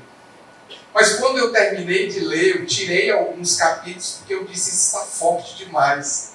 A gente escreve na madrugada, vai escrevendo, e quando você faz a releitura, você começa a descobrir que algumas coisas não podem estar no livro. Esse livro não é para ser vendido para eu ganhar dinheiro. Esse livro é para alguém, em algum lugar, entender que a solidão faz parte da vida. Que a madrugada, quando se está só, é necessária para que você possa descobrir e sentir a batida do coração. E que se nós não conseguirmos entender o próximo, nós não temos a dignidade da existência humana. A alienação parental começa quando você decide não mais conviver com o outro que um dia decidiu. E de uma forma sorrateira, você usa uma pessoa inocente para agredir o outro. A alienação não é só uma conduta criminosa. Ela é muito mais que isso. Ela é uma conduta falsa. Ela é uma conduta mentirosa. Ela é uma conduta covarde. Quando você coloca um hipossuficiente, uma pessoa vulnerável, numa situação de entender o fato, e você cria uma narrativa para que essa pessoa acredite nisso. Enquanto criança, nós não temos o poder do discernimento. Nós temos o poder da verdade e da mentira, mas do discernimento ainda não. Mas produzimos situações catastróficas para essas pessoas. Alienar é reter, é prender, é colocar como garantia. Parentes é família. Alienar parentes mentes é alienar de forma covarde, com uma agressão violenta, e impedir a liberdade daquele que está sendo afetado de escolher qual a posição tomar. Eu falei muito, mas é porque, seguido de um procedimento agora há pouco que terminou, eu quero encerrar essa minha parte dizendo novamente aos homens: olhem para mim, todos vocês, os homens que aqui estiverem, ou as mulheres que se sentirem homens. Olhem para mim. Não deixem para amar quando a pessoa decidir sair da sua vida. Ame enquanto ela estiver. Porque depois que ela decide sair, nenhum amor mais fará ela voltar. E não existe dor maior do que a dor de um dia ter amado, ter a certeza que ama, mas não ter demonstrado, e ter deixado esse amor ir embora. Por não compartilhar experiências, por não compartilhar afetos, por não compartilhar abraços, por não compartilhar beijos. É mentira de quem diz que gosta de abraço. É mentira de quem diz que não gosta de beijo. É mentira de quem diz que você manda uma mensagem para a pessoa 3 horas da tarde, no meio de uma confusão, você só diz assim: eu só quero dizer que você é importante para mim. E parte da minha vida vive em você. É doido, a pessoa ia matar o outro e disse: eu vou matar só amanhã, terça-feira. Porque a gente precisa externar isso, sem receio, sem medo. É cafona? Ótimo. É brega? Sou. É feio? Sou também. É mais do que... Anota tudo aí, eu quero ser tudo isso aí. Mas eu só não posso deixar de dizer a pessoa que eu amo tanto que ela me faz bem. E eu só não posso escolher dizer quando ela decide pegar a mala e ir embora. Nessa hora, já não adianta mais. Sai do procedimento agora, parte do procedimento, um choro de todos os lados. E a frase foi: se o senhor é um bom mediador, fecha aspas, então traga de volta. Eu digo: isso não é papel de mediação nenhuma. Isso é papel seu, que deveria ter feito isso nos últimos 7 anos. Onde o senhor estava no sábado à tarde? No domingo de manhã? Na terça à noite? Fazendo o quê com quem? Tudo é mais importante do que ela.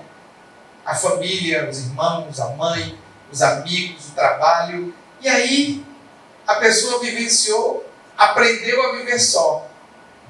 E na solidão a gente descobre que é bom. E quando você descobre que a solidão ela é boa, você então começa a entender que o outro não é tão relevante. E é o momento então de partir em retirada. Se o senhor tiver um amor, o senhor tem? Está aqui? Está aqui? Não, está não. Está nada, não acredito. Eu depois que acaba o tempo, né? Ele está aqui? Meu amor? Sim. Levante, meu filho. Cadê ele? A senhora? Conversa. Entra na minha casa, vem minha casa. Rapaz, eu gostei dessa coragem, viu? Rapaz, eu já sou seu fã. Tu é doido, se fosse meu aluno, ele tirava 1 na prova de mais 9 de qualitativo, 10. É doido. Ela é a sua namorada? É minha esposa. Esposa? Isso. Quantos anos casados? 2 anos. Dia 20 agora que passou, a gente fez 2 anos. Quer dizer, a gente não casou ainda, a gente vai casar, mas a gente já vive no mesmo estado. Pois agora eu quero fazer uma coisa. Vamos, Bernardo, não, 2? É nessa cama? Acabei de receber uma... Como é o nome da senhora? Juliana. Acabei de receber uma ligação dizendo que Juliana pegou um voo com destino a Miami. Só que esse voo, ele na verdade caiu. E nós não temos ainda informação da dona Juliana que está dentro desse voo, mas eu estou aqui com o esposo dela. Então, nesse momento, Como é o seu nome? Marcelo. O senhor está sabendo da queda do voo? Estou sabendo agora pelo senhor. O avião caiu. Nós não temos paradeiro desse avião. Mas deixa eu lhe dizer uma coisa. O senhor tem 1 minuto para dizer algo a ela por essa televisão aqui, sendo que talvez seja a última coisa que o senhor pode dizer para ela. Então, pegue essa oportunidade e diga para ela aqui agora.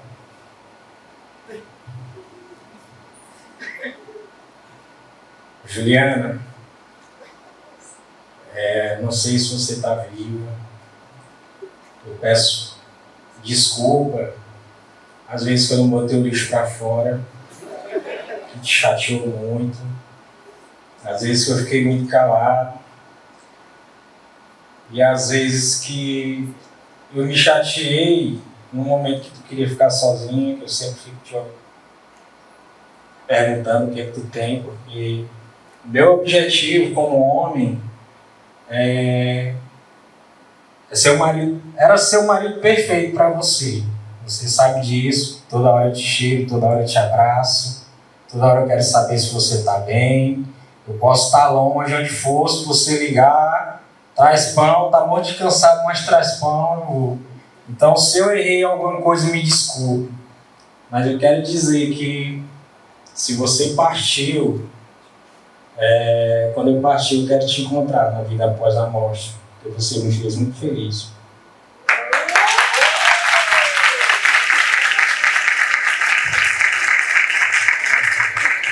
Ela tá ali, dê lá um abraço nela, vai lá, dê um abraço nela. Ela tá aí, apareceu, o avião da TAM trouxe, TAM.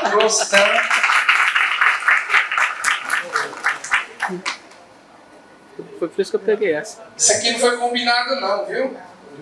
Eu nem sabia que a esposa dele estava aqui, que vocês dois eram casados. Vocês viram ele engoiando? Vocês viram quando eu...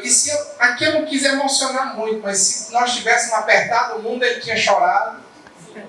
Você viu que ele foi verdadeiro, que ele disse, vou botar todos os lixos para fora. Nós sabemos onde acertamos e erramos. Às vezes a gente não quer consertar. Mas nos pequenos erros, que são naturais e normais, a gente pode pegar um alicate e fazer uma modificação nele. Isso aqui que nós fizemos é só para vocês entenderem o quanto que o outro ama. Esse homem te ama muito, Juliana. E eu não tenho dúvida que se alguém quiser um livro chamado A Linguagem das Emoções, do Paul Elkman, ela refletia tudo que você estava dizendo. É o que a gente chama de espelhamento de sentimento. Parabéns a esse casal. Obrigado, gente.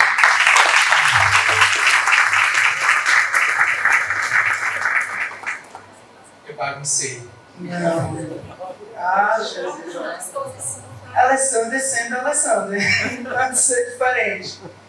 Sempre fazendo diferença onde chega. Ontem fez chorar lá no cantinho com a minha irmã. Minha irmã que chegou quase no final da série, quase que dormia comigo com o padrinho, chegou quase que o Marcelo era meu padrinho. Então, assim, é muito edificante a sua fala. O senhor fala muito, acho que é pela turma que o senhor nos ensina, não só pela forma didática, mas a vivência na sua fala, o cuidado que você tem com cada um de nós, né? Essa expertise, assim, coisa do Espírito Santo. Né? Você. A gente vai abrir agora um momento, já estou encerrando, mas as considerações finais, passar aqui para a doutora Rosa Família. Agradecer imensamente ao convite. Como o José falou, eu estive aqui no primeiro episódio do podcast. Para mim é uma grande honra esse reconhecimento do meu trabalho, lembrarem sempre do meu nome. Dr. Alexander, realmente, ele é uma pessoa única.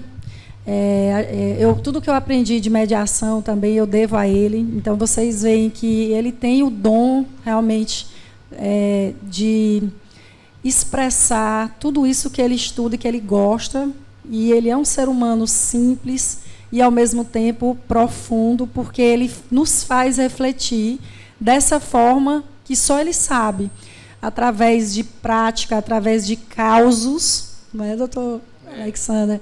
E eu queria muito agradecer, que eu fico honrada de dividir esse espaço com ele, com a doutora Tereza. Queria agradecer a vocês, me permitam, por esse espaço, por esse momento. Queria agradecer a cada um, a escuta de cada um. Foi muito bom. Vocês viram o quanto que eu me empolgo quando eu falo direito das famílias. Então, realmente, eu agradeço muito a Deus de trabalhar naquilo que eu gosto. Então, assim, eu contava para a Tereza, a gente falando aquela angústia de sempre do estudante de direito, que é, vou advogar, vou estudar para concurso.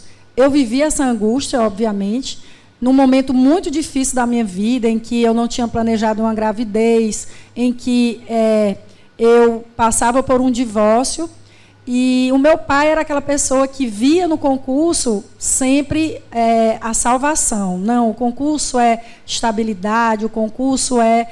E eu cresci ouvindo isso, e naquele contexto da minha vida, eu não vou estudar para concurso, e resolvi abraçar. Advoguei, estudei também, mas passei pelo meu esforço e sou muito grata, porque eu conheço muitas pessoas que passam e realmente abandonam ou não ficam felizes onde estão, só ficam pelo fator financeiro. Mas o doutor Alexander me conhece, eu realmente,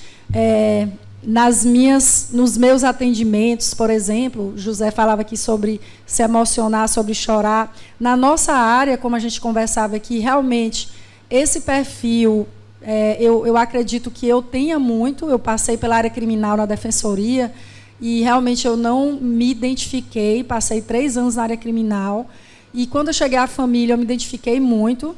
Então eu só desejo a cada um de vocês que descubram realmente esse amor, esse brilho nos olhos, esse propósito em alguma área que vocês escolham seguir, trilhar.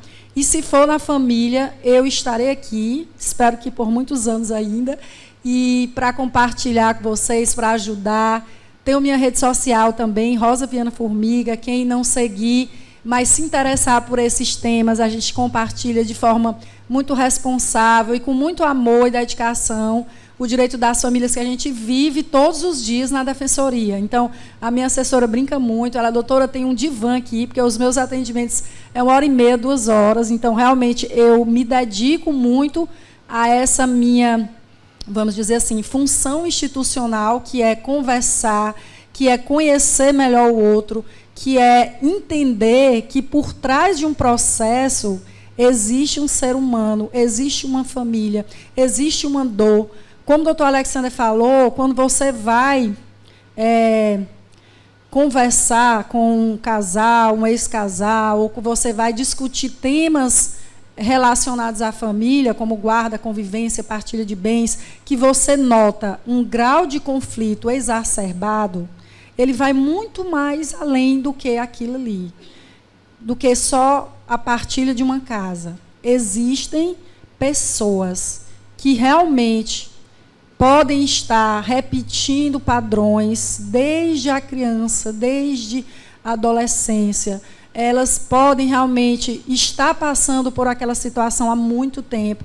Então, quando a gente dá entrada num processo, o processo é algo estático, né? A vida vai acontecendo, o processo passa 3, 4, 5 anos e, às vezes, não resolve a situação das pessoas.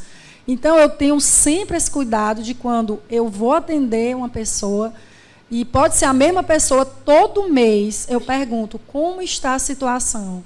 E aí nós temos que aprender a ouvir mais, aprender a exatamente aplicar algumas ferramentas que o doutor Alexander falou aqui e que ele nos ensina, que ele já me ensinou no curso de mediação, que é exatamente validar o sentimento do outro, escutar com empatia, sem julgamento. Porque, como eu disse aqui no início das configurações familiares, o que é verdade absoluta, o que é felicidade para mim, pode não ser para você. Então, nós temos que nos respeitar, nós temos que entender que o contexto de cada um é diferente. Então, eu aprendo muito na defensoria, doutor Alexander, porque todo mundo, todas as situações existem 2 lados. Então, sempre que eu escuto alguém falando, vamos ouvir o outro, vamos ter aqui o cuidado de ouvir. Não que esse esteja errado, mas esse também tem a verdade dele, esse também tem a dor dele, esse também tem as queixas dele. Os dois estão certos, os dois estão errados, não importa. O que importa é a gente tentar ajudar, tentar compreender. Então, eu espero que esse momento tenha sido leve para vocês, como foi para mim. Que se eu conseguir tocar no coração de um acadêmico aqui para ser familiarista, eu estou feliz, tá bom? E nós estamos à disposição sempre, seja na defensoria, seja aqui na psicologia, para a gente bater um papo sobre essa área. Um abraço e até a próxima, que eu voltarei, com certeza.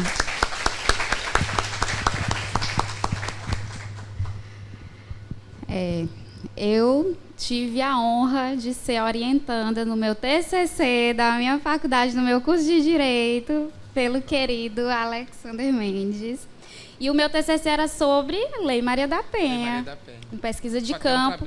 Inclusive, foi o tema que eu mais falei aqui hoje, né? Porque é intimamente ligado aqui com o direito das famílias.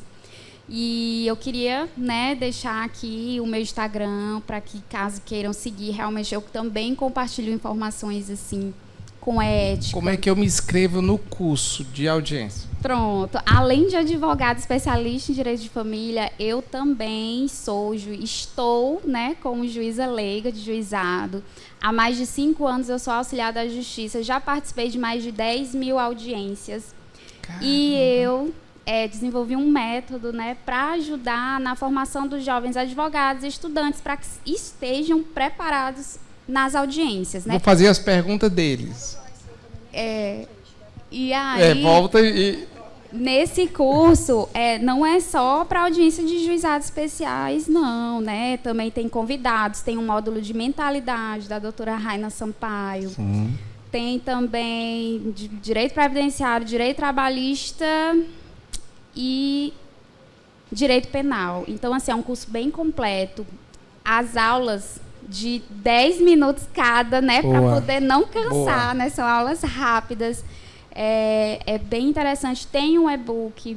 Onde é que eu me inscrevo no curso? É o TPA, Te Prepara para Audiência. No meu Instagram, Tereza Raquel Galvão, ADV, né? Você vai lá ver no link. Tá lá no link. No link. Aí eu vou também fazer um relançamento.